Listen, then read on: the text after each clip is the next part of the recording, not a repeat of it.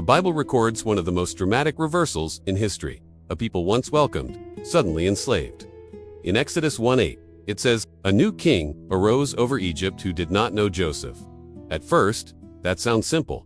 A new ruler who forgot. But in the ancient world, power doesn't shift that way. It shifts when control changes hands. So the question isn't just, why didn't he know Joseph? It's, what changed in Egypt that made Joseph's legacy disappear? To understand that, we have to go back. Back to the world Joseph entered. In Genesis, Joseph doesn't just survive Egypt. He rises inside its system. He builds a structure that stabilizes the nation during famine. Grain storage. Land consolidation. A structured tax system. It works. But systems built in crisis don't disappear when the crisis ends. They remain. And when power shifts, those same systems can be used very differently. Now step into a lesser-known chapter of Egyptian history. During the Second Intermediate Period, a group known as the Hyksos, often translated shepherd kings, ruled northern Egypt as the 15th dynasty.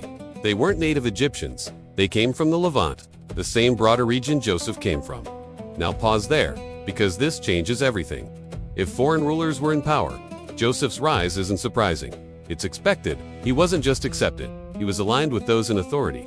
There's a detail in Genesis 46:34 that often gets overlooked. Joseph tells his family, "Every shepherd is an abomination to the Egyptians." That's not small. That's a fault line. A cultural divide between native Egyptians and foreign pastoral groups from the northeast. And the Hyksos were exactly that.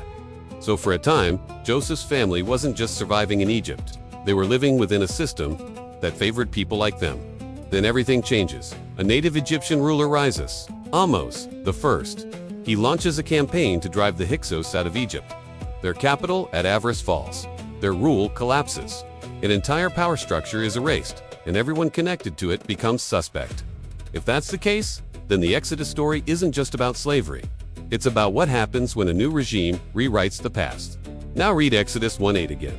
A new king arose, who did not know Joseph. In the ancient world, knowing wasn't just memory. It was recognition, loyalty, alignment. This Pharaoh didn't forget Joseph. He rejected what Joseph represented, a previous system, a foreign connection, a legacy tied to a dynasty his own had replaced. And history shows this pattern clearly. When power shifts, new leaders distance themselves from what came before.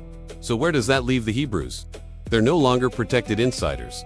They're a large population of Semitic foreigners, living in Goshen, the same strategic region the Hyksos once controlled.